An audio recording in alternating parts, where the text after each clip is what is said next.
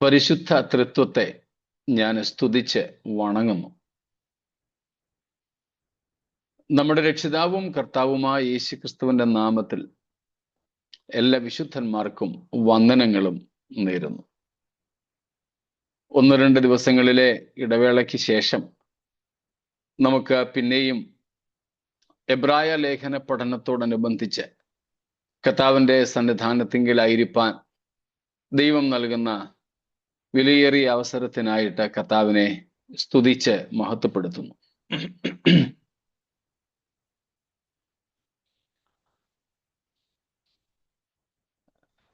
ടേബിളും കസേരയും ഒന്നും ഇവിടെ ഇല്ലാത്തത് കൊണ്ട് ഇരിപ്പിനും ഒക്കെ ചെറിയ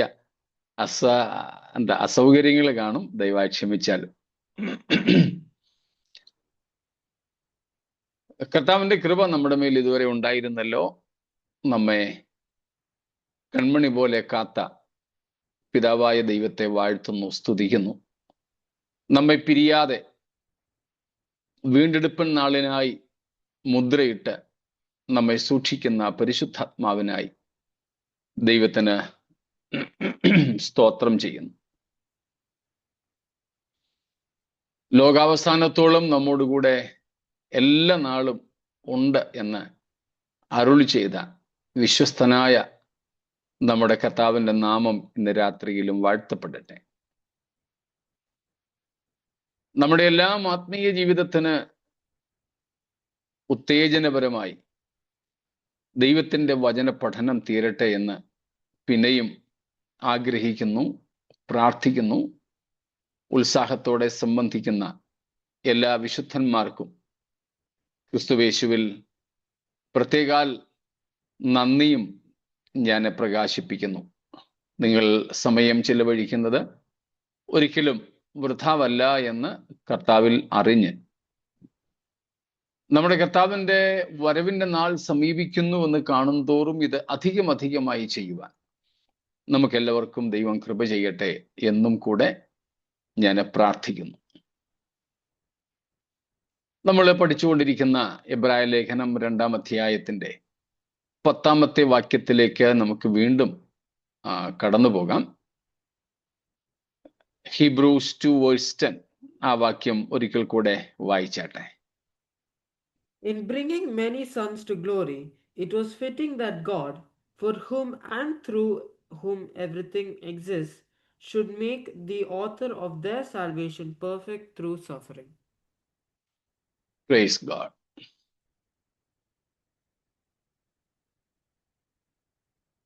It was very much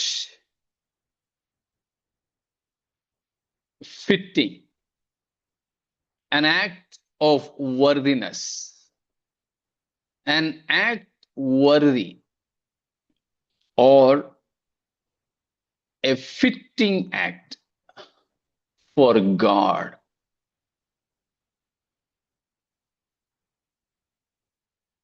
to let Jesus, the captain of our salvation, be perfect through suffering. നമ്മുടെ രക്ഷാനായകനായ യേശു ക്രിസ്തുവിനെ കഷ്ടാനുഭവങ്ങളാൽ തികഞ്ഞവനാക്കുന്നത് ദൈവത്തിന് യുക്തമായിരുന്നു എന്നാണ് നാം വായിച്ചത്, നാം പഠിച്ചുകൊണ്ടിരിക്കുന്നത്. How was it fitting that Jesus, the captain of our salvation, go through sufferings and passions on the cross? ക്രൂശിലെ കഷ്ടങ്ങളിലൂടെ, ക്രൂശിലെ കഷ്ടാനുഭവങ്ങളിലൂടെ,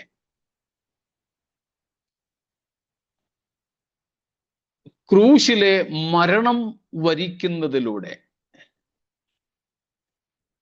എങ്ങനെ യേശു ദൈവത്തിൻ്റെ പദ്ധതിയിൽ ഉൾപ്പെട്ടു, അതെങ്ങനെ യുക്തമായിരിക്കുന്നു, എങ്ങനെ അത് ദൈവിക സ്വഭാവത്തോടെ ചേർച്ചയുള്ളതായിരിക്കുന്നു. ഇതാണല്ലോ നമ്മുടെ പഠന വിഷയം ഇപ്പോൾ. അതിൽ നാം എത്ര കാര്യങ്ങൾ നോക്കിയെന്ന് ഓർമ്മ കാണുമായിരിക്കുമല്ലോ. കൂടെ ഒന്ന് വന്നാൽ സന്തോഷം.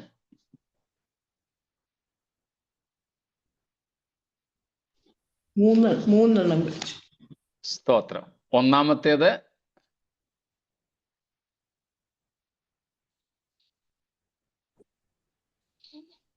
God's nature is displayed in the Son. ദൈവത്തിന്റെ പ്രകൃതത്തോട്, സ്വഭാവത്തോട് അനുരൂപപ്പെടുന്നതാണ്, അനുയോജ്യപ്പെടുന്നതാണ് യേശുക്രിസ്തുവിന്റെ ക്രൂശ് മരണം എന്നതിനാൽ അത് യോഗ്യമാണ്.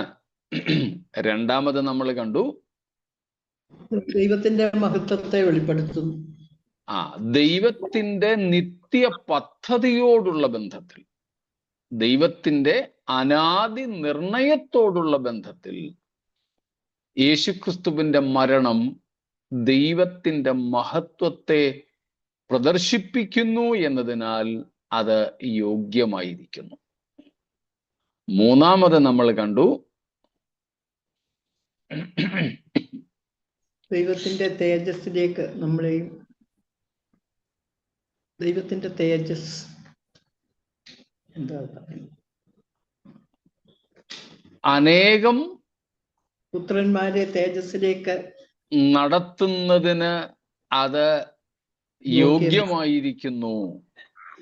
അഥവാ ക്രിസ്തുവിന്റെ മരണത്താൽ അനേകം പുത്രന്മാരെ ദൈവം തേജസ്സിലേക്ക് നടത്തുന്നു എന്നതിനാൽ ക്രിസ്തുവിന്റെ മരണം യോഗ്യമായിരിക്കുന്നു. നാലാമത് നമ്മൾ ഒരു കാര്യം കൂടെ കണ്ടു.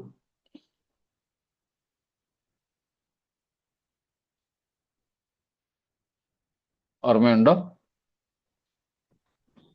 തേജസ്സിലേക്ക് നമ്മളെയും പങ്കാളികളാക്കുവാൻ പോകുന്നു. അത് തന്നെയാണ് മൂന്നാമത്തേത്. Jesus' death on the cross was fitting as it confirms him as the captain of our salvation. സ്തോത്രം. ക്രിസ്തുവിന്റെ മരണം യേശുക്രിസ്തുവിനെ നമ്മുടെ രക്ഷാനായകൻ ആക്കുന്നതിൽ അല്ലെങ്കിൽ ആകുന്നതിൽ സ്തോത്രം സഹായകമായിരിക്കുന്നു എന്നത് അല്ലെങ്കിൽ എന്നതിനാൽ ക്രിസ്തുവിന്റെ മരണം യോഗ്യമായിരുന്നു. Christ's crucifixion was fitting. Because of that, he is perfectly made our captain of salvation. സ്തോത്രം. ക്രിസ്തു രക്ഷാനായകനായി തീരുന്നതിന്, നമ്മുടെ രക്ഷാനായകനായി തീരുന്നതിന് ക്രിസ്തുവിന്റെ മരണം സഹായകമായിരിക്കുന്നു എന്നതിനാൽ അത് യോഗ്യമാണ്. അതായിരുന്നു നമ്മൾ ഏറ്റവും ഒടുവിലായിട്ട് ചിന്തിച്ചത്. അങ്ങനെ 4 കാര്യങ്ങളാണ് നാം ആ വിഷയത്തിൽ കണ്ടുകൊണ്ടിരുന്നത്. ജീസസ് അവർ captain of salvation or the pioneer of salvation. Pioneer അല്ലെങ്കിൽ ക്യാപ്റ്റൻ എന്ന് പറഞ്ഞാൽ എന്താണെന്ന് നമ്മൾ കാണുകയുണ്ടായി. സ്തോത്രം. താൻ ചെയ്യുന്ന, സ്ഥാപിക്കുന്ന കാര്യത്തിൽ താൻ തന്നെ ഏറ്റവും ആദ്യം പങ്കാളിയായി തീരുക, അതിനെയാണ് ക്യാപ്റ്റൻ എന്ന് വിളിക്കുന്നത്. സ്തോത്രം. നാം ആ കാര്യം കാണുകയുണ്ടായി കഴിഞ്ഞ ക്ലാസ്സിൽ. ഇതുവരെ ഉള്ളതിൽ എന്തെങ്കിലും ചോദ്യങ്ങൾ ഉണ്ടെങ്കിൽ ചോദിക്കാം. സ്തോത്രം.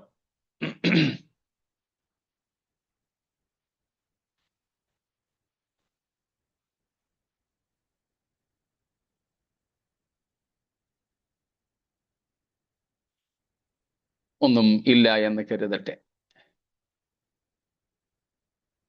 ആർക്കീഗോസ് എന്ന ഒരു മൂലപദമാണ് പയനിയർ അല്ലെങ്കിൽ ക്യാപ്റ്റൻ എന്നതിന് മൂലഭാഷയിൽ അല്ലെങ്കിൽ ഗ്രീക്കിൽ ഉപയോഗിച്ചിട്ടുള്ളത്. ആർക്കീഗോസ്, ARCH ലോങ് EGOS, ആർക്കീഗോസ്.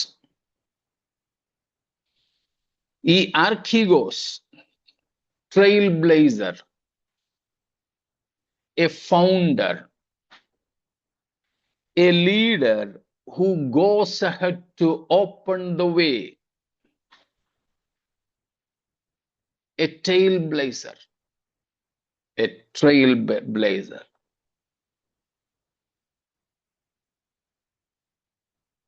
നാം പോകേണ്ട വഴിയെ, നമ്മെ നടത്തേണ്ട വഴിയെ ആദ്യം യാത്ര ചെയ്തവൻ.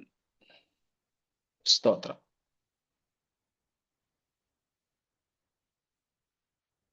ഇവിടെ ദ ഹ്യൂമൻ ജീസസ്, മനുഷ്യനായ യേശുവാണ് പ്രതിപാദനം. മനുഷ്യനായ യേശു.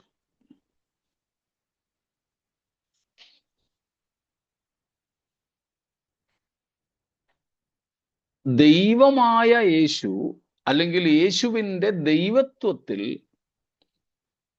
ഈ മരണമോ മറ്റ് യാതൊന്നുമോ കൂടാതെ തന്നെ താൻ പരിപൂർണനാണ്. പൂർണ്ണമായും സകലത്തിനും താൻ യോഗ്യനാണ്, നമ്മെ രക്ഷിപ്പാൻ ഉൾപ്പെടെ. എന്നാൽ ഇവിടുത്തെ വിഷയം മനുഷ്യനായ യേശുവാണ്. സ്തോത്രം.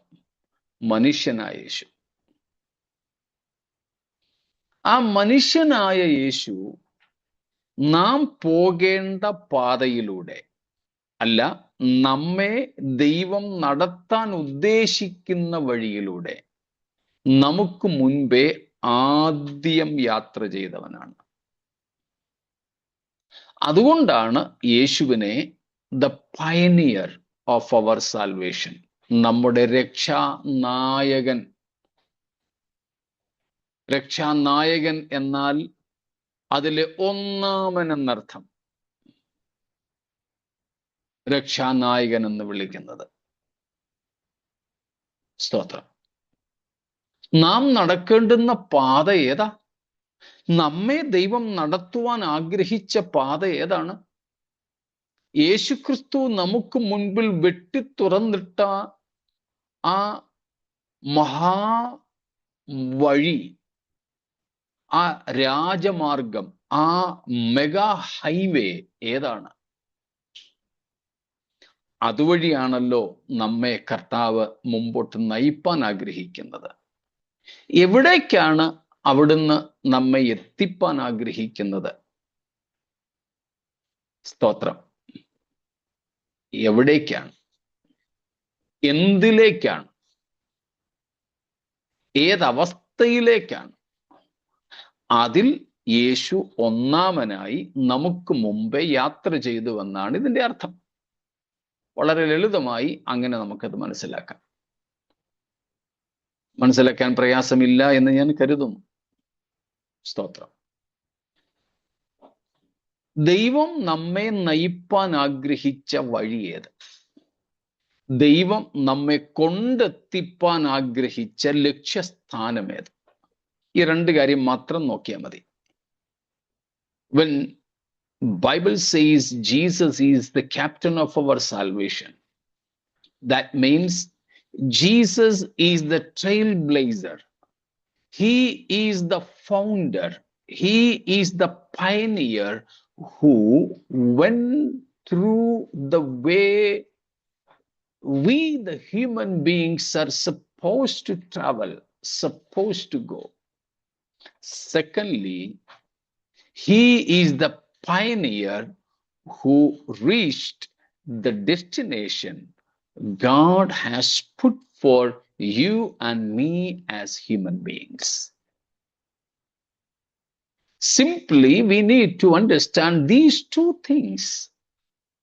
Then we can easily understand Jesus as the captain of our salvation.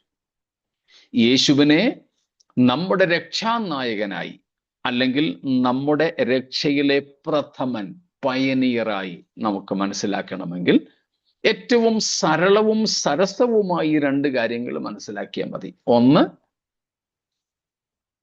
നാം ഏത് അവസ്ഥയിൽ ആയിരിക്കണമെന്ന് ദൈവം ആഗ്രഹിച്ചോ, നമ്മെ ഏതവസ്ഥയിൽ ആക്കുവാൻ ദൈവം ആഗ്രഹിച്ചോ, അതിൽ യേശു ഒന്നാമനായി നമുക്ക് മുമ്പ് യാത്ര ചെയ്തു. രണ്ട്, നമ്മെ എവിടെ എത്തിക്കണമെന്നാണോ ദൈവത്തിന്റെ ഉദ്ദേശം, അവിടേക്ക് നമുക്ക് മുമ്പേ യേശു പ്രവേശിച്ചു. ഈ രണ്ട് കാര്യം മാത്രം. അതിൽ നമുക്ക് ഏറ്റവും എളുപ്പം മനസ്സിലാക്കാൻ പറ്റുന്നത്, നമ്മെ എവിടേക്കാണ് ദൈവം കൊണ്ടെത്തിക്കാൻ ആഗ്രഹിക്കുന്നത് അവിടേക്ക് ക്രിസ്തു നമുക്ക് മുമ്പായിട്ട് പ്രവേശിച്ചു എന്നുള്ളതാണ്. ഏറ്റവും എളുപ്പമുള്ളത് ആദ്യം പറയാം, അതിനുശേഷം നമുക്ക് ആദ്യത്തേതിലേക്ക് വരാം.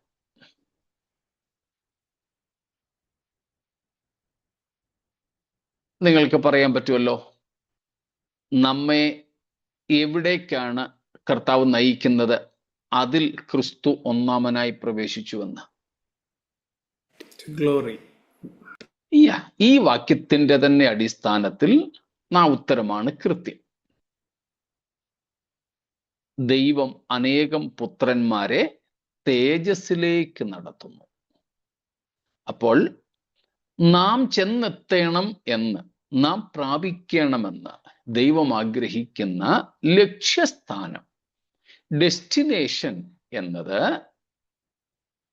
ഗ്ലോറി, തേജസ് പ്രാപിക്കുക എന്നുള്ളതാണ്. ആ തേജസ്സിൽ നമ്മേക്കാ മുമ്പേ അല്ലെങ്കിൽ ഒന്നാമനായി ആര് പ്രവേശിച്ചു കഴിഞ്ഞു? ക്രിസ്തു. സ്തോത്രം. ആവർത്തിക്കട്ടെ, മനുഷ്യജന്മമെടുക്കുന്നതിനും മുമ്പേ യേശു തൻ്റെ ദൈവത്വത്തിൽ തേജസ്സിലായിരുന്നു. അതെല്ലാം നമ്മൾ പഠിച്ചിട്ടുണ്ട് വിശദമായി. അതുകൊണ്ട് ഇത് യേശുക്രിസ്തുവിന്റെ ദൈവത്വവുമായി ബന്ധപ്പെടുത്തി അല്ല പറയുന്നത്, ക്രിസ്തുവിന്റെ മനുഷ്യത്വവുമായി ബന്ധപ്പെടുത്തിയാണ്. ആ മനുഷ്യനായ ക്രിസ്തു സകലത്തിലും തൻ്റെ സഹോദരന്മാരോട് താദാത്മ്യപ്പെട്ട ക്രിസ്തു, എല്ലാം എബ്രായർ 2-ാം അധ്യായത്തിന്റെ അടിസ്ഥാനത്തിലാണ് ഈ പദങ്ങൾ ഞാൻ ഉപയോഗിക്കുന്നത്.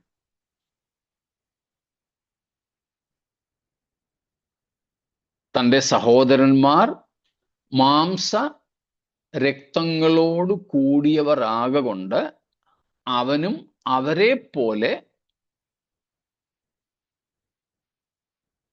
ബാക്കി കൂടന്ന് വരാൻ വേണ്ടിയാ. 14-15 വാക്യങ്ങളാണ് ഞാൻ പറഞ്ഞത് എബ്രായർ 2-ന്റെ. തൻ്റെ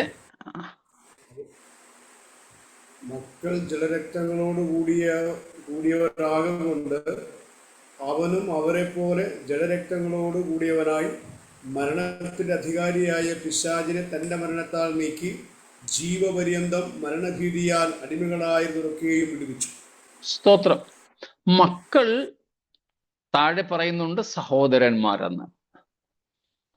മക്കൾ ജഡരക്തങ്ങളോട് കൂടിയവരാകൊണ്ട് അവനും അവരെ അല്ലെങ്കിൽ നമ്മെ പോലെ ജഡരക്തങ്ങളോട്, മാംസരക്തങ്ങളോട് കൂടിയവനായി. ആ യേശുവിനെ പറ്റിയാണ് പറയുന്നത്. ആ മനുഷ്യത്വത്തിലാണ് ഇവിടെ പറയുന്നത്, നമുക്ക് മുമ്പ് യേശു തേജസ്സിൽ പ്രവേശിച്ചു. സ്തോത്രം. നമുക്ക് മുമ്പേ നാം പ്രാപിക്കേണ്ട തേജസ്സിലെ പ്രഥമനായി, പയനിയറായി യേശു മാറി. അതാണ് നാം 9-ാം വാക്യത്തിലും കണ്ടത്. ദൂതന്മാരെക്കാൾ അല്പകാലത്തേക്ക് മാത്രം താഴ്ച വന്നവനായ യേശുവിനെ നാം മഹത്വവും ബഹുമാനവും, മഹത്വം അഥവാ തേജസ്സും ബഹുമാനവും അണിഞ്ഞവനായി കാണുന്നു. സ്തോത്രം. തേജസ്സും ബഹുമാനവും അണിഞ്ഞവനായി കാണുന്നു. അപ്പോൾ ക്രിസ്തു നമുക്ക് മുമ്പ് തേജസ്സിലേക്ക് പ്രവേശിച്ചു. ഒരു പടി കൂടെ പുറകോട്ടിറങ്ങി നമുക്ക് ചിന്തിക്കാം. നേരത്തെ നമ്മൾ ചിന്തിച്ചിട്ടുള്ളതാണ്, അതുകൊണ്ട് വിശദീകരിക്കേണ്ട ആവശ്യമില്ലെന്നാണ് ഞാൻ കരുതുന്നത്. ഏദനിൽ, 33-ാം അധ്യായം, ഏദനിൽ പാപം ചെയ്ത മനുഷ്യനെ ദൈവം ഇറക്കിവിടുന്നു. 23-24 വാക്യങ്ങളിൽ നാം കാണുന്നുണ്ട്, ദൈവം മനുഷ്യനെ തോട്ടത്തിൽ നിന്ന് പുറത്താക്കി. 2, ദൈവസന്നിധിയിൽ നിന്ന് പാപം ചെയ്ത മനുഷ്യനെ പുറത്താക്കി. കയ്യിന്റെ ഭാഷയിൽ 4-ാം അധ്യായം 12 മുതലുള്ള വാക്യങ്ങളുടെ അടിസ്ഥാനത്തിൽ പറഞ്ഞാൽ, ദൈവത്തിന്റെ സന്നിധിയിൽ നിന്ന് പാപം ചെയ്ത മനുഷ്യനെ ആട്ടിക്കളഞ്ഞു.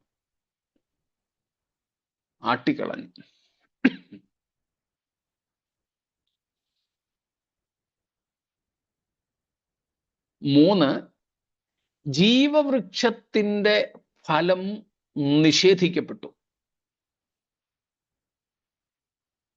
4, ദൈവസന്നിധിയിൽ നിന്ന് അവരെ പുറത്താക്കുക മാത്രമല്ല, ദൈവസന്നിധിയിലേക്കുള്ള പ്രവേശനവും അവർക്ക് വിലക്കപ്പെട്ടു. അപ്പോൾ ദൈവത്തിന്റെ തേജോമയമായ സാന്നിധ്യം നഷ്ടപ്പെട്ട, ആ സന്നിധിയിലേക്ക് അല്ലെങ്കിൽ ദൈവത്തിങ്കിലേക്കുള്ള തിരിച്ചുപോക്ക് വിലക്കപ്പെട്ട, ജീവവൃക്ഷത്തിന്റെ ഫലം നിഷേധിക്കപ്പെട്ട മാനവജാതിയെ തിരിച്ച് ദൈവത്തിങ്കലേക്ക്, ഏദൻ പറുദീസയ്ക്ക് പകരം സ്വർഗീയ പറുദീസയിലേക്ക്, ഏദനിലെ ജീവവൃക്ഷത്തിന് പകരം സ്വർഗത്തിലെ അസലായ ജീവവൃക്ഷത്തിന്റെ ഫലപ്രാപ്തിയിലേക്ക്,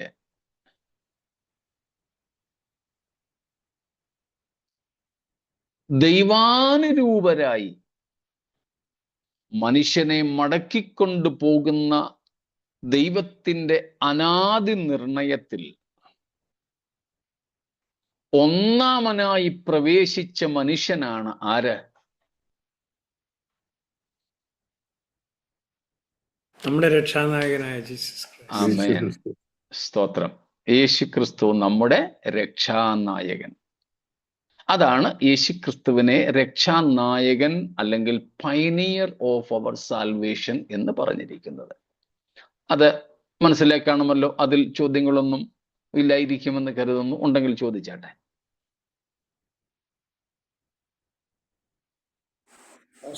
ഈ റോമാലേഖനത്തിൽ 8:18 പറയുന്ന നമ്മളിൽ വെളിപ്പെടാനുള്ള തേജസ് എന്ന് ഉദ്ദേശിക്കുമ്പോൾ ഈ തേജസ് ആയിരിക്കുമോ? അതെ, അത് നമ്മൾ 8:23 നിന്നും കൂടെ കണ്ടിരുന്നു. പുത്രത്വം എന്നുള്ളതിന്റെ അർത്ഥത്തിൽ നമ്മുടെ ശരീരത്തിന്റെ വീണ്ടെടുപ്പായ പുത്രത്വത്തിന് വേണ്ടി നാം ഉള്ളിൽ ഞരങ്ങുന്നു. അത് നമ്മൾ കർത്താവായ യേശുക്രിസ്തുവിന്റെ മടങ്ങി വരവിൽ മാത്രമേ പ്രാപിക്കുകയുള്ളൂ എന്നും കണ്ടു. അപ്പൊ നമ്മിൽ വെളിപ്പെടുവാനുള്ള തേജസ് എന്നതിന്റെ അർത്ഥം ഇത് തന്നെയാണ്. ക്രിസ്താനുരൂപരായി നമ്മൾ മാറുക. ഫിലിപ്പിയർ 3:20-21 വാക്യങ്ങളും റോമർ 8 തന്നെ 11 വാക്യവുമൊക്കെ അതിനോട് 11, 29 തുടങ്ങിയ വാക്യങ്ങളുമൊക്കെ അതിനോട് ചേർത്ത് വെച്ച് പഠിച്ചാൽ നമുക്കത് വ്യക്തമാകും. നമ്മിൽ വെളിപ്പെടുവാനുള്ള തേജസ് എന്ന് വെച്ചാൽ നമ്മളുടെ ഈ മർത്യമായ ദേഹം അമർത്യമായി തീരുന്ന, ഈ ദ്രവത്വമുള്ളത് അദ്രവത്വത്തെ പ്രാപിക്കുന്ന. ഫിലിപ്പ് ലേഖനത്തിന്റെ ഭാഷയിൽ പറഞ്ഞാൽ നമ്മുടെ ഈ താഴ്ചയുള്ളത്, സ്തോത്രം, തേജസ്സിനെ പ്രാപിക്കുന്ന, അല്ലെങ്കിൽ തൻ്റെ മഹത്വമുള്ള ശരീരത്തോട് അനുരൂപമായി രൂപാന്തരപ്പെടുന്ന അവസ്ഥയെക്കുറിച്ച് തന്നെയാണ് പറഞ്ഞിരിക്കുന്നത്.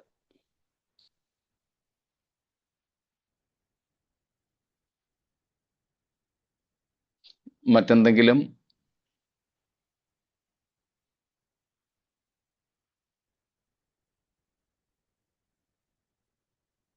ഇല്ലെങ്കിൽ ഒന്നാമത്തെ ഭാഗത്തേക്ക് നമുക്ക് വരാം. ഇപ്പോൾ നമ്മൾ ചിന്തിച്ചത് രണ്ടാമത്തെ ഭാഗമാണ്.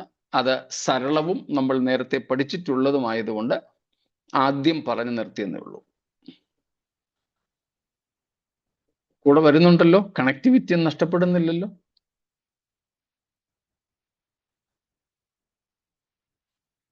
മനസ്സിലാകുന്നുണ്ടല്ലോ നമ്മൾ പോകുന്ന റൂട്ട്? സ്തോത്രം. മനസ്സിലാകാത്ത അല്ലെങ്കിൽ കൺഫ്യൂഷനുള്ള ആരെങ്കിലും ഉണ്ടെങ്കിൽ ചോദിച്ചേക്കണേ, ഒരു കുഴപ്പമില്ല. എനിക്ക് ആവർത്തിക്കാനും പ്രയാസമില്ല. കേൾക്കുന്ന മനസ്സിലായവർക്ക് അല്പം കൂടെ ഒന്നും കൂടെ കേട്ട് ആവർത്തന വിരസത ഇല്ലാതെ കേൾക്കുന്നതിനും അവർക്കും കുഴപ്പമില്ല.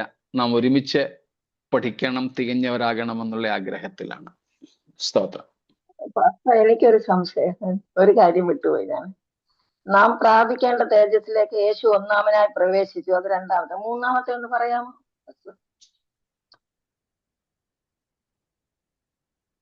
മൂന്നാമത്തേത് എവിടേക്ക് നമ്മെ എത്തിക്കാൻ ദൈവം ആഗ്രഹിക്കുന്നു അവിടേക്ക് ക്രിസ്തു ഒന്നാമനായി പ്രവേശിച്ചു. അതിന്റെ ഒന്നാമത്തെ സ്റ്റെപ്പ് തേജസ് നമ്മൾ പ്രാപിക്കണം. അത് കഴിഞ്ഞ പിന്നെ രണ്ടാമത് അത് യേശു പ്രാപിച്ചു, യേശു ക്രിസ്തു ആ തേജസ് പ്രാപിച്ചു. പിന്നെ രണ്ടാമത്തെ പ്രാപിക്കേണ്ട തേജസ്സിലേക്ക് യേശു ഒന്നാമനായി പ്രവേശിച്ചു. പിന്നെ മൂന്നാമത്തെ ഒരു സ്റ്റെപ്പ് ഉണ്ടല്ലോ പാസ്റ്റർ, എന്ന് പറയാമോ? അത് ഞാൻ 2-3 കാര്യങ്ങൾ ചേർത്ത് പറഞ്ഞത്. ഒന്ന്, നാം ആദാമുമായി ബന്ധപ്പെടുത്തിയാണ് ആ കാര്യം പറഞ്ഞത്. അതായത് അതെ, അപ്പം പാപം ചെയ്ത ആദാമിനെയും ഹവ്വായെയും ദൈവ സന്നിധിയിൽ നിന്ന് തള്ളിക്കളഞ്ഞു. പകരം യേശുക്രിസ്തുവിലൂടെ നമുക്ക് ദൈവത്തിങ്കിലേക്ക് പ്രവേശനം സിദ്ധിച്ചു. അതുകൊണ്ടാണ് മറ്റൊരു ഭാഗത്ത് പറയുന്നത്, ആരും ഇതുവരെ സ്വർഗത്തിൽ കയറിയിട്ടില്ല, എന്നാൽ യേശുക്രിസ്തു മാത്രമേ കയറിയിട്ടുള്ളൂ. അതെപ്പോൾ? നമുക്കറിയാം, യോഹന്നാൻ 20-ാമത്തെ അധ്യായത്തിൽ വായിക്കുന്നു, മഗ്ദലക്കാരത്തി മറിയ കല്ലറയ്ക്കൽ കരഞ്ഞുകൊണ്ട് നിന്നു. യേശുക്രിസ്തു അവൾക്ക് പ്രത്യക്ഷനായി. മറിയയെ എന്ന് വിളിച്ചപ്പോൾ റബ്ബൂനി എന്ന് വിളിച്ചുകൊണ്ട് അവൾ യേശുവിനെ തിരിച്ചറിഞ്ഞ് പ്രണമിക്കുവാൻ, നമസ്കരിക്കാൻ ചെന്നപ്പോൾ കർത്താവ് പറഞ്ഞു, എന്നെ തുടരുത്, ഇതുവരെ ഞാൻ പിതാവിൻ്റെ അടുക്കൽ കയറിപ്പോയിട്ടില്ല. അപ്പോ മുമ്പ് ഞാൻ പറഞ്ഞത് അല്പം കൂടെ വിശദീകരിക്കുകയാണ്. ആദാമിനെ ദൈവസന്നിധിയിൽ നിന്നും ഇറക്കി വിട്ടു. പിന്നെ ആരും ആ നിലയിൽ ദൈവസന്നിധിയിലേക്ക് പ്രവേശിച്ചിട്ടില്ല. തീർച്ചയായിട്ടും ഹാനോക്കിനെയും ഏലിയാവിനെയും ഉടലോടെ കർത്താവിൻ്റെ സന്നിധിയിലേക്ക് ദൈവം എടുത്തു എന്നുള്ളത് അതിലെ എക്സംഷണലായിട്ടുള്ള, അതിൽ ഒഴികഴിവുള്ള, അല്ലെങ്കിൽ പ്രത്യേകാൽ ദൈവം കണക്കിട്ട ചില കാര്യങ്ങളാണ്. അങ്ങനെയുള്ളത് നമുക്ക് ബൈബിളിൽ കാണാൻ പറ്റും. അതല്ലാതെ ഇത് പൊതുവായിട്ടുള്ള കാര്യങ്ങളാണ് പറയുന്നത്. പൊതുവായി വേറെ ആരും ദൈവസന്നിധിയിൽ പ്രവേശിച്ചിട്ടില്ല. ഹാബേൽ മുതലുള്ളവരുടെ ആത്മാക്കൾ അബ്രഹാം പിതാവിൻ്റെ അബ്രഹാം പിതാവിന്റെ മടി എന്ന് വിളിക്കപ്പെടുന്ന പറുദീസയിൽ പറുദീസയിൽ അവരിങ്ങനെ യേശുക്രിസ്തുവിന്റെ ഉയർപ്പ്, ക്രൂശീകരണവും ഉയർപ്പും കാത്തു കിടക്കുകയായിരുന്നു. അവരെ കർത്താവിന്റെ പിതാവായ ദൈവത്തിന്റെ സന്നിധിയിലേക്ക് പ്രവേശിപ്പിക്കുന്നത്, അതിൽ ഒന്നാമനായി പ്രവേശിച്ചത് ക്രിസ്തുവാണ്.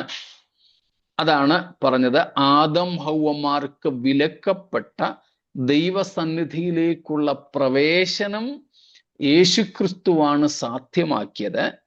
നമുക്ക് മുമ്പായി പിതൃസന്നിധിയിലേക്ക് പ്രവേശിച്ച ഒന്നാമൻ നമ്മുടെ കർത്താവായ യേശുക്രിസ്തുവാണ്. രണ്ടാമത് തേജസ്സിന്റെ കാര്യമാ പറഞ്ഞേ. തേജസ്സിന്റെ കാര്യം പറഞ്ഞത് ആന്റിക്ക് കിട്ടിയല്ലോ, മനസ്സിലായി.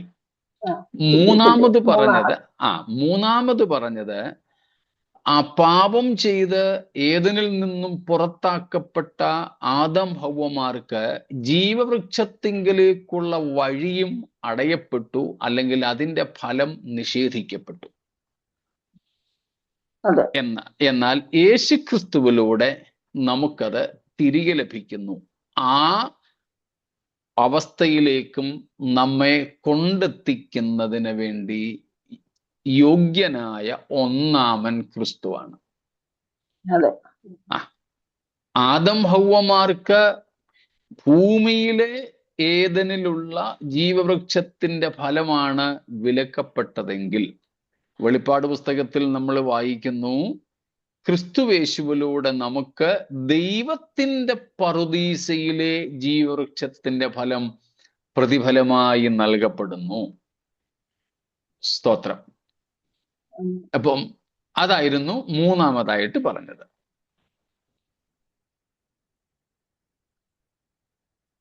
മനസ്സിലായി. ശരി ആന്റി, ശരി. സ്തോത്രം. മറ്റെന്തെങ്കിലും ഉണ്ടോ?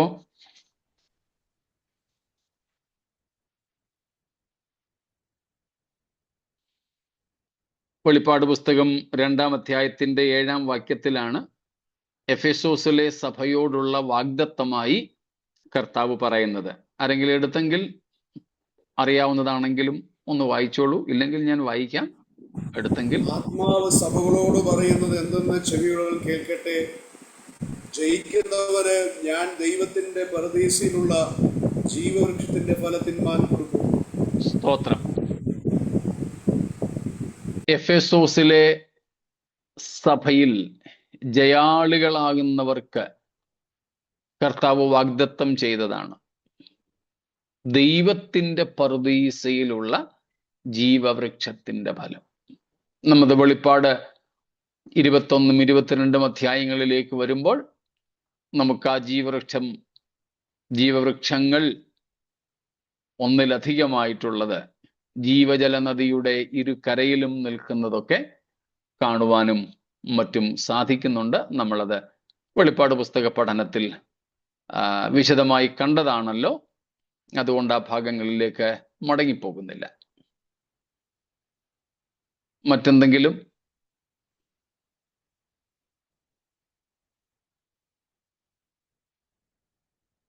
ശരി.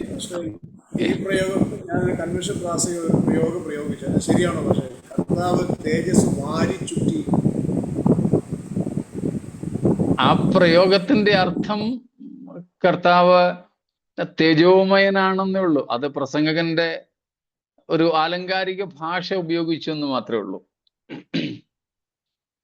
പലരും, എനിക്ക് തോന്നുന്നു ഒരു പ്രസംഗകനാണ് അത് പ്രധാനമായിട്ടും പറഞ്ഞിട്ടുള്ളത്. അത് അനുകരിച്ച് പല പ്രസംഗകർ പറയാറുണ്ട്, നമ്മുടെ കർത്താവ് തേജസ് ഉടുത്തവനായി അല്ലെങ്കിൽ വാരി ചുറ്റിയവനായി നമ്മുടെ മധ്യത്തിൽ ഉലാവുന്നുണ്ടെന്നൊക്കെ. അതൊരു ഭാഷാ ശൈലി എന്ന് മാത്രമേ ഉള്ളൂ.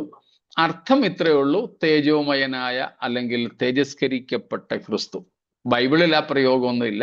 പ്രസംഗകന്റെ, പാട്ടുകാരന്റെ ഒക്കെ ഭാഷയിലെ പ്രയോഗങ്ങളെന്ന് മാത്രമേ അതുള്ളൂ.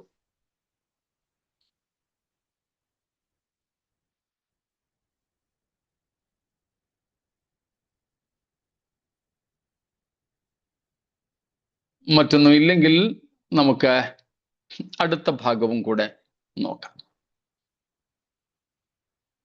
യേശു നമ്മുടെ രക്ഷാനായകൻ, അതാണ് വിഷയം. യേശുക്രിസ്തുവിന്റെ മരണത്താൽ യേശു നമ്മുടെ രക്ഷാനായകനായി തീർന്നു, അല്ലെങ്കിൽ തീരുവാൻ യോഗ്യനായി എന്നതിനാൽ യേശുക്രിസ്തുവിന്റെ മരണം തക്കയോഗ്യമായിരുന്നു എന്ന കാര്യമാണ് നമ്മൾ പഠിക്കുന്നത്. അത് നമ്മൾ പഠിച്ചു വരുന്ന യേശുവിന്റെ മരണം എന്തുകൊണ്ട് യോഗ്യമായിരുന്നു എന്നതിലെ 4ാമത്തെ കാര്യമാണ്. അത് നമ്മൾ കഴിഞ്ഞ ക്ലാസ്സിലാണ് പഠിക്കാൻ തുടങ്ങിയത്. അതിൻ്റെ ഒരു വിശദീകരണവും കൂടെ ഇപ്പോൾ നമ്മൾ നോക്കുകയാണ്. രക്ഷാനായകൻ എന്നാൽ എന്ത് എന്നുള്ളത്. അതിൽ നമ്മൾ 2 കാര്യങ്ങളാണ് കണ്ടത്. ഒന്ന്, നാം എങ്ങനെയായിരിക്കണം എന്ന് ദൈവം ആഗ്രഹിക്കുന്നുവോ, അല്ലെങ്കിൽ ക്രിസ്തു നമ്മെ ആക്കാൻ ആഗ്രഹിക്കുന്നുവോ, അത് അവൻ ആദ്യം ആയിത്തീർന്നു. അതാണ് നമ്മൾ ഇപ്പോൾ നോക്കാൻ പോകുന്നത്. എന്നാൽ 2ാമത് നമ്മൾ നേരത്തെ നോക്കിയത്, നമ്മെ എവിടെ എത്തിക്കുവാൻ ആഗ്രഹിക്കുന്നുവോ അവിടെ നമുക്ക് മുമ്പായി യേശു പ്രവേശിച്ചു. അതാണ് നമ്മൾ തേജസ് എന്ന വിഷയവുമായി ബന്ധപ്പെട്ട് 2-3 കാര്യങ്ങൾ കണ്ടത്. ഇപ്പോൾ നമ്മൾ ആദ്യത്തെ ഭാഗം കൂടെ നോക്കാൻ പോവുകയാണ്. യേശുക്രിസ്തു നമ്മുടെ രക്ഷാനായകൻ എന്ന് പറയുമ്പോൾ, അല്ലെങ്കിൽ യേശുക്രിസ്തുവിങ്കലേക്ക് നമ്മൾ സൂക്ഷിച്ചു നോക്കിയാൽ നമുക്ക് കാണുവാൻ കഴിയുന്നത്, ക്രിസ്തു നമുക്ക് മാതൃകയായി തീർന്നു എന്നുള്ളതാണ്. Christ became our model, our pattern, for which the Lord aimed for you and me that we may become, we may live. നാം ഈ ഭൗമ ജീവിതത്തിൽ, ഈ ഭൂമിയിലെ ജീവിതത്തിൽ ഒരു സമ്പൂർണ്ണ മനുഷ്യനായി തീരേണ്ടതിന്, അല്ലെങ്കിൽ തീരേണ്ടത് എങ്ങനെയെന്ന് ക്രിസ്തു നമുക്ക് മുമ്പിൽ ജീവിച്ചു കാണിച്ചു.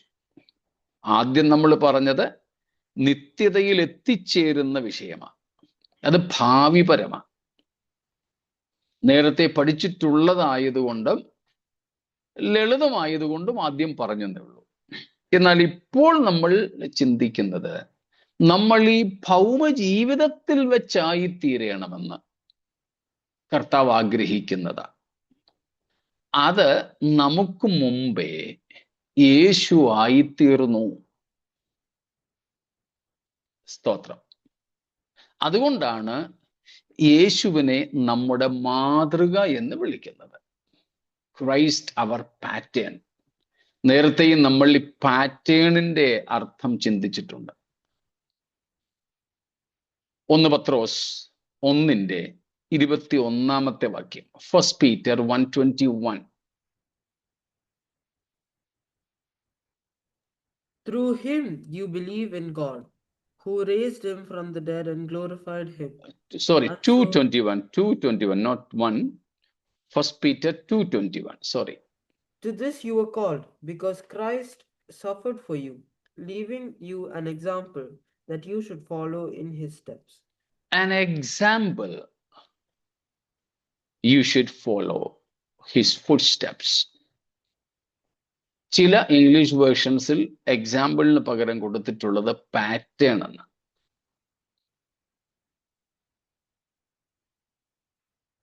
നാം യേശുക്രിസ്തുവിൻ്റെ കാൽ ചുവടുകളെ പിൻപറ്റേണ്ടതിന് യേശു നമുക്ക് മാതൃക വെച്ചേച്ചു പോയി.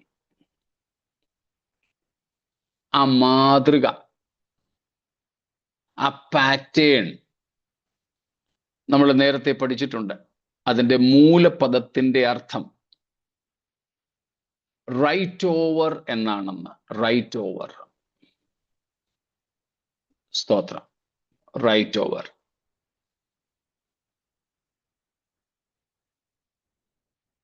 എന്ന് വെച്ചാൽ നമ്മുടെ കുഞ്ഞുങ്ങളെ കിൻഡർ ഗാർട്ടനിലും നഴ്സറിയിലും ഒക്കെ വിടുമ്പോൾ അവരെ അക്ഷരം പഠിപ്പിക്കും. എന്നിട്ട് അവരുടെ വർക്ക് ബുക്കിനകത്ത് ഹോംവർക്കിന് വേണ്ടി എയോ ബിയോ 1ഓ 2ഓ ഒക്കെ ഇങ്ങനെ കുത്തുകുത്തിട്ട് ഡോട്ട് ഇട്ട് കൊടുത്തേക്കും. കുഞ്ഞുങ്ങൾക്ക് പുതിയ ഒരു എ ഉണ്ടാക്കണ്ട, പുതിയ ഒരു 1 എഴുതണ്ട. പിന്നെ എന്ത് ചെയ്താൽ മാത്രം മതി? അവിടെയുള്ള ആ പാറ്റേൺ, അവിടെ കൊടുത്തിട്ടുള്ള മാതൃക, അവിടെ കൊടുത്തിട്ടുള്ള ആ കുത്തുകുത്തിട്ടിരിക്കുന്നത് അതിൻ്റെ മുകളിൽ കൂടെ ഒന്ന് എഴുതിയാൽ മതി. അതിൻ്റെ മുകളിലൂടെ എഴുതുന്നതിന് പറയുന്ന പേരാണ് റൈറ്റ് ഓവർ. മുകളിൽ കൂടെ എഴുതുക. ഇതുപോലെ യേശു ക്രിസ്തു നമുക്ക് മാതൃകയാണ്. ക്രിസ്തു നമുക്ക് ഒരു പാറ്റേൺ ആണ്. ആ പാറ്റേൺ മാതൃകയായിക്കൊണ്ടും അവൻ ആരായി നമുക്ക് വേണ്ടി?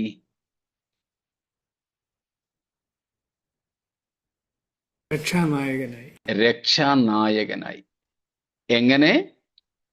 നാം എന്താകണമോ, നാം എങ്ങനെ ജീവിക്കണമോ, നമ്മെക്കുറിച്ച് ഈ ഭൂമിയിൽ ദൈവം എന്താഗ്രഹിക്കുന്നുവോ അത് നമുക്ക് മുമ്പേ യേശു ആയി ജീവിച്ച് കാണിച്ചു.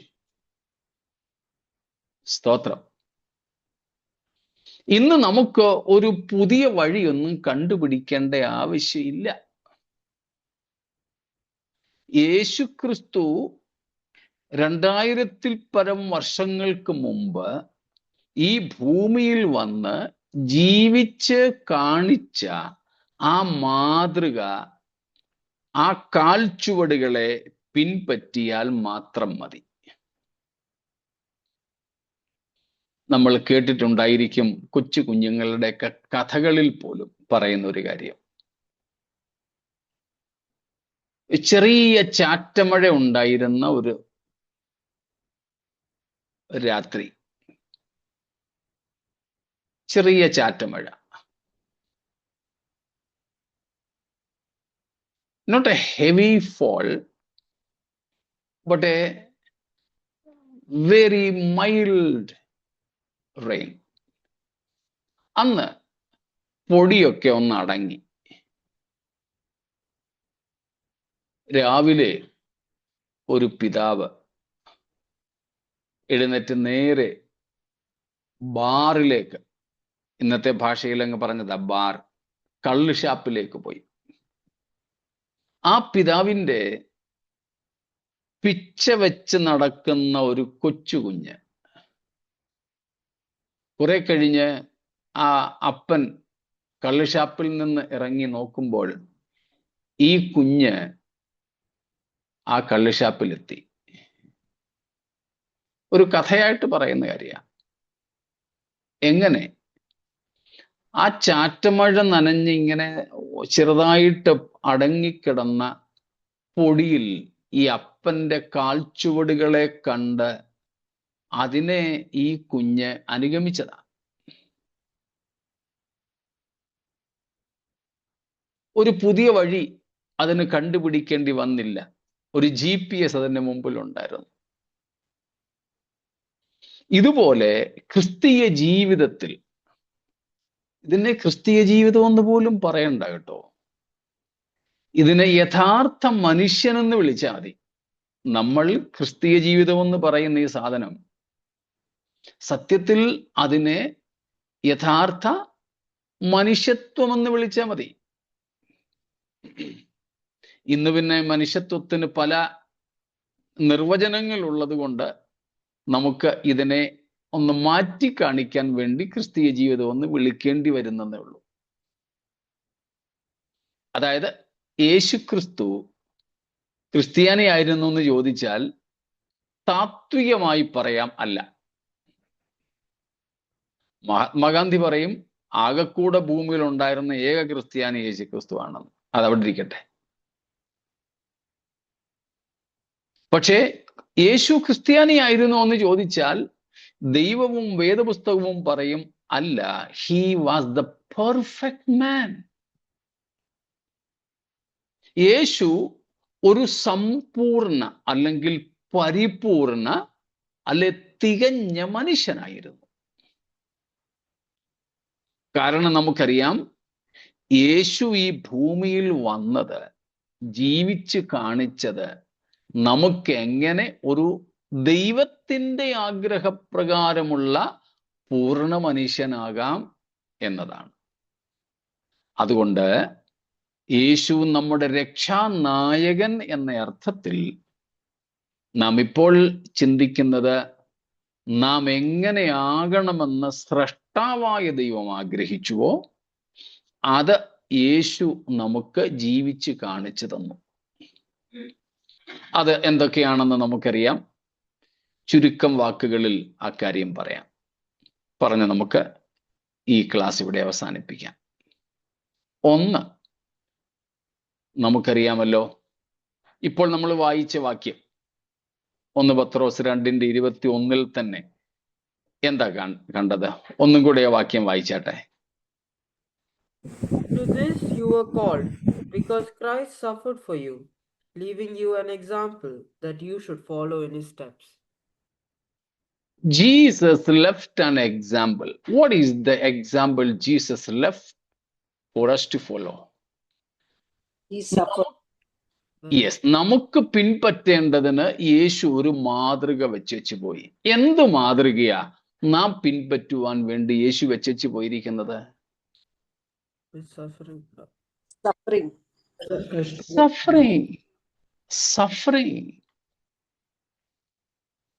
സ്തോത്രം.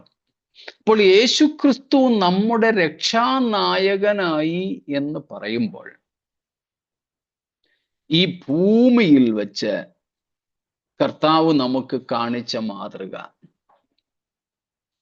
അതിൽ ഒന്നാമത്തേത് ദൈവേഷ്ടപ്രകാരം കഷ്ടം സഹിക്കുക എന്നുള്ളതാണ്. Because we are fallen beings, നമ്മൾ വീഴ്ച ഭവിച്ച മനുഷ്യരായതുകൊണ്ട്, നമ്മൾ പാപത്തിൽ വീണുപോയ മനുഷ്യരായതുകൊണ്ട് നമ്മെ വീണ്ടെടുക്കുവാൻ, നമ്മെ രക്ഷിക്കുവാൻ, നമ്മൾ മുമ്പേ പറഞ്ഞതുപോലെ നമ്മളെ തേജസ്സിലേക്ക് നടത്തുവാൻ ദൈവം ഒരുക്കിയ വഴിയിലെ ഒരു പ്രധാനപ്പെട്ട ജംഗ്ഷൻ, ഒരു പ്രധാനപ്പെട്ട നാൽക്കവല ആണ് കഷ്ടത എന്നുള്ളത്. നമുക്കതിനെ ക്രിസ്ത്യൻ സഫറിങ് എന്ന് വിളിക്കാം. ക്രിസ്ത്യൻ സഫറിങ്, ക്രിസ്തീയ കഷ്ടതകൾ, ക്ലേശങ്ങൾ. സ്തോത്രം. ക്രിസ്തീയ കഷ്ടങ്ങൾ. യേശു നമുക്ക് മുമ്പേ ജീവിച്ച് കഷ്ടത അനുഭവിച്ച് മാതൃക കാണിച്ചു. അതാണ് പത്രോസ് അവിടെ പറയുന്നത്. ക്രിസ്തുവും 20-ാം വാക്യം കൂടെ ചേർത്ത് വായിച്ചാട്ടെ. But how is it to your credit if you receive a beating for doing wrong and endure it? But if you suffer for doing good and you endure it, this is commendable before God.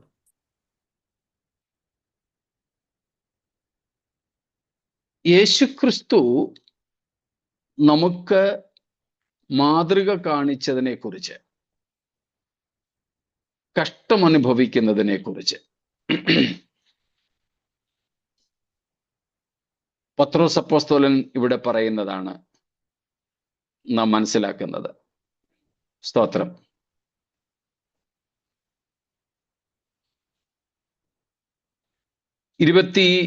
ഒന്നാമത്തെ വാക്യത്തിന്റെ തുടക്കത്തിൽ for even to this were you called. 20-ാം വാക്യത്തിൽ ദൈവഹിതപ്രകാരം കഷ്ടം സഹിക്കുന്നതിനെ കുറിച്ച് നമ്മൾ കണ്ടു.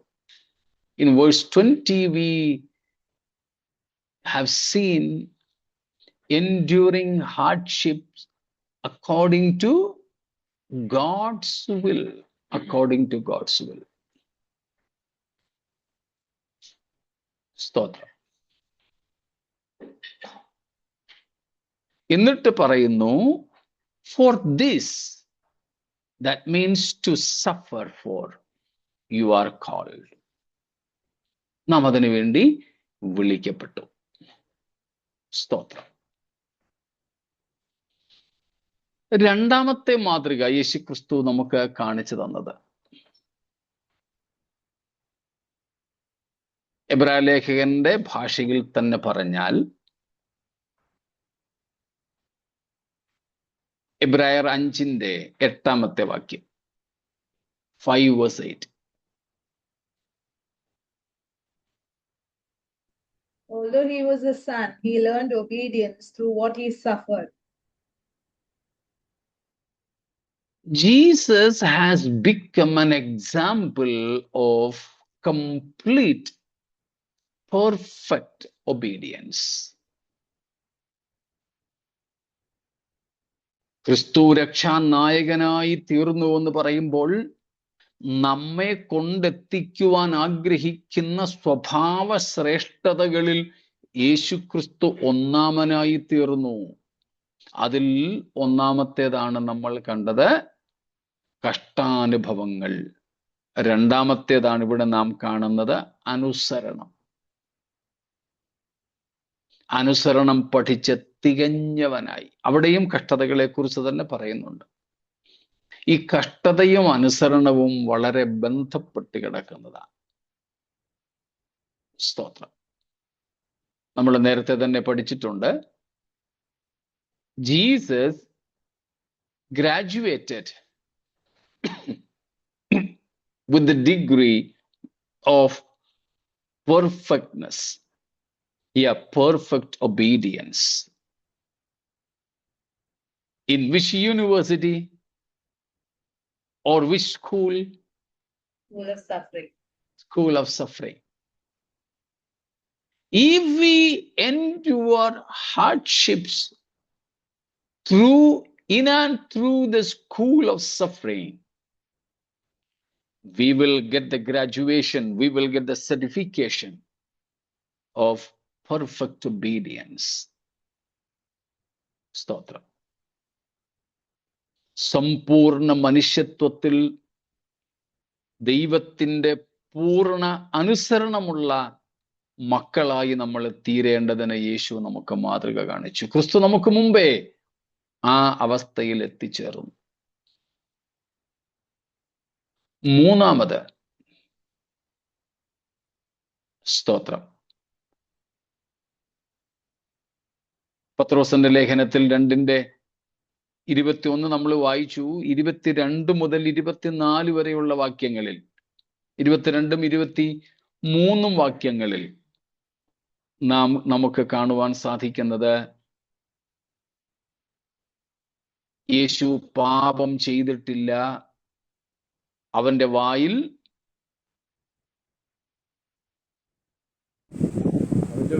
വഞ്ചനയൊന്നും ഉണ്ടായിരുന്നില്ല.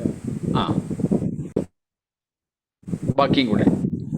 തന്നെ ശകാരിച്ചിട്ട് പകരം ശകാരിക്കാതെയും കഷ്ടം അനുഭവിച്ചിട്ട് ഭീഷണം പറയാതെയും ന്യായമായി വിധിക്കുമെങ്കിൽ കാര്യം ഫലമേൽപ്പിക്കപ്പെടുകയും ചെയ്തത്.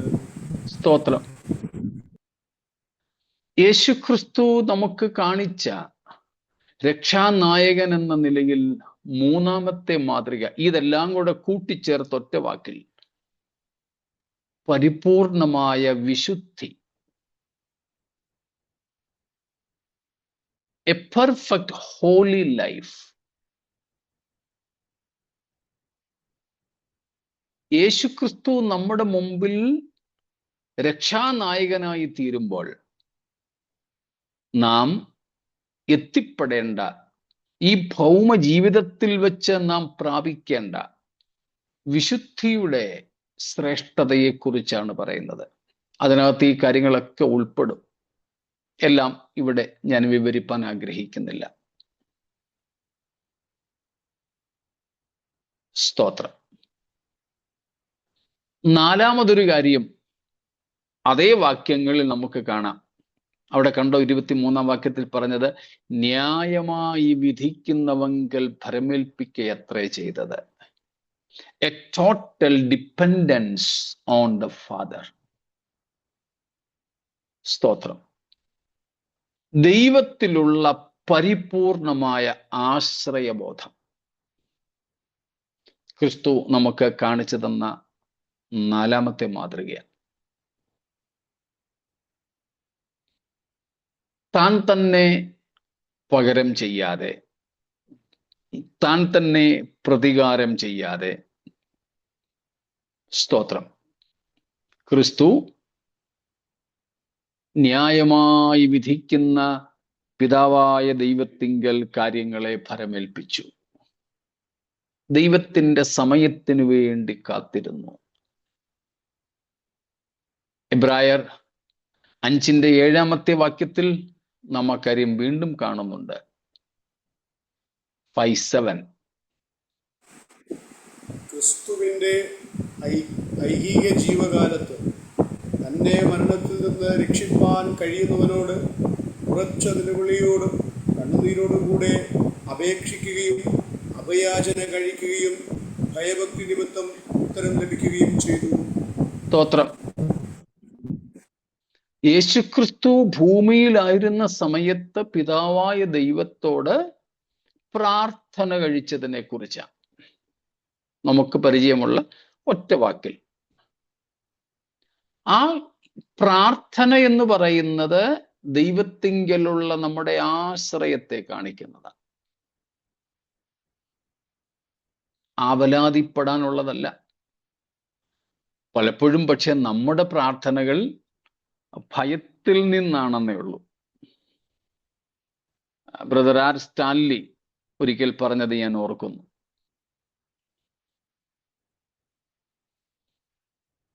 അദ്ദേഹം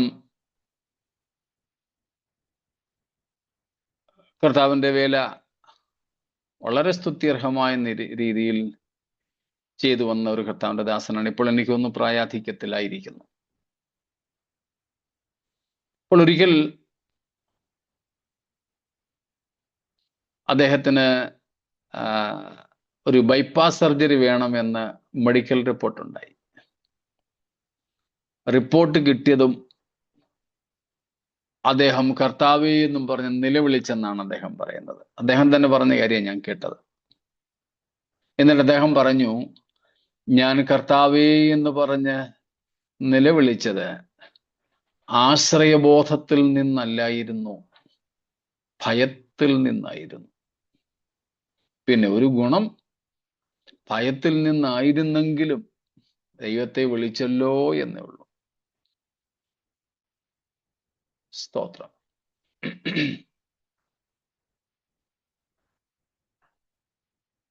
എന്നാൽ യേശുക്രിസ്തു ഭയത്തിൽ നിന്നും ആശങ്കയിൽ നിന്നും ഒന്നും ആയിരുന്നില്ല പ്രാർത്ഥിച്ചത്. പൂർണ്ണ ആശ്രയബോധം. അങ്ങനെ പ്രാർത്ഥിക്കുന്നവരുടെ ഹൃദയം സ്വസ്ഥമായിരിക്കും, സമാധാനമായിരിക്കും, ചഞ്ചലപ്പെടുത്തില്ല. നമ്മുടെ ഹൃദയങ്ങളിൽ ചാഞ്ചല്യം ഉണ്ടോ? ഒത്തിരി പ്രാർത്ഥിക്കുന്ന ഒത്തിരി പേരെ എനിക്കറിയാം.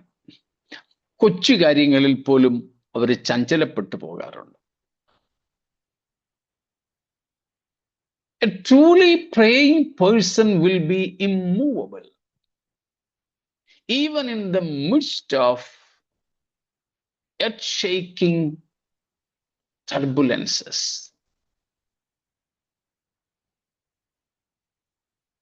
നമ്മുടെ ജീവിതത്തെ ആകെ പിടിച്ചു കുലുക്കുന്ന തരത്തിലുള്ള പ്രശ്ന സങ്കീർണതകൾ വന്നാലും യഥാർത്ഥമായും പ്രാർത്ഥിക്കുന്ന ഒരു ഭക്തൻ ചഞ്ചലപ്പെടത്തില്ല, ഷെയ്ക്കാകത്തില്ല,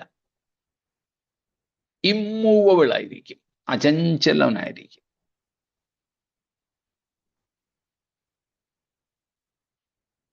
നമ്മുടെ ജീവിതത്തിലും നമ്മുടെ കർത്താവായ യേശുവിൻ്റെ ഈ മാതൃകകളെ പിൻപറ്റാം. അനുസരണം, ഒന്നാമത് കഷ്ടാനുഭവങ്ങൾ, 2 അനുസരണം, 3 വിശുദ്ധ ജീവിതം, 4 പ്രാർത്ഥനാ ജീവിതം അഥവാ ദൈവാശ്രയ ജീവിതം. പരിപൂർണമായും സകലത്തിനും വേണ്ടി ദൈവത്തിൽ ആശ്രയിക്കുക. അങ്ങനെ നാം എത്തിച്ചേരണമെന്ന്, നാം ആയിത്തീരണമെന്ന്, ഭൂമിയിലെ നമ്മുടെ ജീവകാലത്ത് നമ്മെക്കുറിച്ച് ദൈവം ആഗ്രഹിക്കുന്നത് യേശു നമുക്ക് മുമ്പേ ജീവിച്ചു കാണിച്ചു. അവൻ അതായിത്തീർന്നു. എന്നിട്ട് നമ്മളോട് പറഞ്ഞത് ഫോളോ മീ, എന്നെ അനുഗമിക്കുക. അതുകൊണ്ടാണ് പൗലോസ് പറഞ്ഞത് ക്രിസ്തുവേശുവിലുള്ള ഭാവം തന്നെ നമ്മിലും നിങ്ങളിലും എന്നിലും ഉണ്ടായിരിക്കട്ടെ. അതാണ് പത്രോസ് പറഞ്ഞത്, നാം അവന്റെ കാൽച്ചുവടുകളെ പിൻപറ്റുവാൻ ഒരു മാതൃക വെച്ച് പോയിരിക്കുന്നു. യോഹന്നാൻ അപ്പോസ്തലൻ അതുകൊണ്ടാണ് 1 യോഹന്നാൻ 3:3 പറഞ്ഞത്, അവൻ നിർമ്മലനായിരിക്കുന്നത് പോലെ നമുക്ക് നമ്മെ തന്നെ നിർമ്മലീകരിക്കേണ്ടതുണ്ടെന്ന്. സ്തോത്രം. അങ്ങനെ യേശുക്രിസ്തുവിന്റെ മരണം യേശുവിനെ നമ്മുടെ രക്ഷാനായകനാക്കുന്നതിൽ വളരെ വലിയ പങ്ക് വഹിക്കുന്നു. അതുകൊണ്ട് യേശുവിന്റെ മരണം യുക്തമായിരുന്നു. സ്തോത്രം. പ്രിയരെ, നമുക്ക് വേണ്ടി യേശുക്രിസ്തു ക്രൂശ് മരണം വരിച്ചതിനാൽ, ക്രിസ്തു നമുക്ക് മുമ്പേ നാം ജീവിക്കേണ്ട വഴി കാണിച്ചു തന്നതിനാൽ, ക്രിസ്തു നമുക്ക് മുമ്പേ പിതൃസന്നിധിയിൽ തേജസ്സിലേക്ക് പ്രവേശിച്ചതിനാൽ നമുക്കും ഈ യേശുവിനെ പിൻപറ്റാം, ഈ ക്യാപ്റ്റനെ പിൻപറ്റാം. ഈ ക്യാപ്റ്റൻ സുരക്ഷിത വലയത്തിനകത്തിരുന്ന്, ബുള്ളറ്റ് പ്രൂഫ് വണ്ടിക്കകത്തോ ബുള്ളറ്റ് പ്രൂഫ് ഓഫീസിലോ ഇരുന്ന് വയർലെസ് സന്ദേശങ്ങൾ മാത്രം ട്രൂപ്പിന് നൽകുന്ന ഒരു ക്യാപ്റ്റൻ അല്ല. ഈ ക്യാപ്റ്റൻ തൻ്റെ പിന്നാലെ വരുന്ന സൈന്യവ്യൂഹത്തിന് കടന്നു പോകേണ്ട സകലവിധമായ അവസ്ഥകളിലൂടെയും ഒന്നാമനായി കടന്ന് ജയാളികൾ എത്തിച്ചേരേണ്ട മഹത്വത്തിലേക്ക് ഒന്നാമനായി പ്രവേശിച്ച് നമുക്ക് ഗ്യാരണ്ടി തന്നവനാണ്, നമുക്ക് ഉറപ്പ് തന്നവനാണ്. അതുകൊണ്ട് വരുവീൻ, നമുക്കൊരുമിച്ച് അരയും നെറ്റിയും മുറുക്കി ഈ നല്ല ക്യാപ്റ്റനെ അനുഗമിക്കാം. തൻ്റെ കാൽച്ചുവടുകളെ നാം പിൻപറ്റിയാൽ നമ്മുടെ കർത്താവ് നമുക്ക് മുമ്പിൽ പ്രവേശിച്ച ആ തേജസ്സിലേക്കെത്തി തേജോരൂപിയായ കർത്താവിനെ തന്നെ നമ്മുടെ നിക്ഷേപമായി പ്രാപിക്കുവാൻ നമുക്ക് ഇടയാകും. അതിനുവേണ്ടി നമുക്ക് നമ്മെ തന്നെ സമർപ്പിക്കാം. ഈ വചനങ്ങളാൽ ദൈവം നമ്മെ അനുഗ്രഹിക്കുമാറാകട്ടെ. സ്തോത്രം. ഇത്രയും കാര്യങ്ങളിൽ എന്തെങ്കിലും ചോദ്യങ്ങളുണ്ടോ?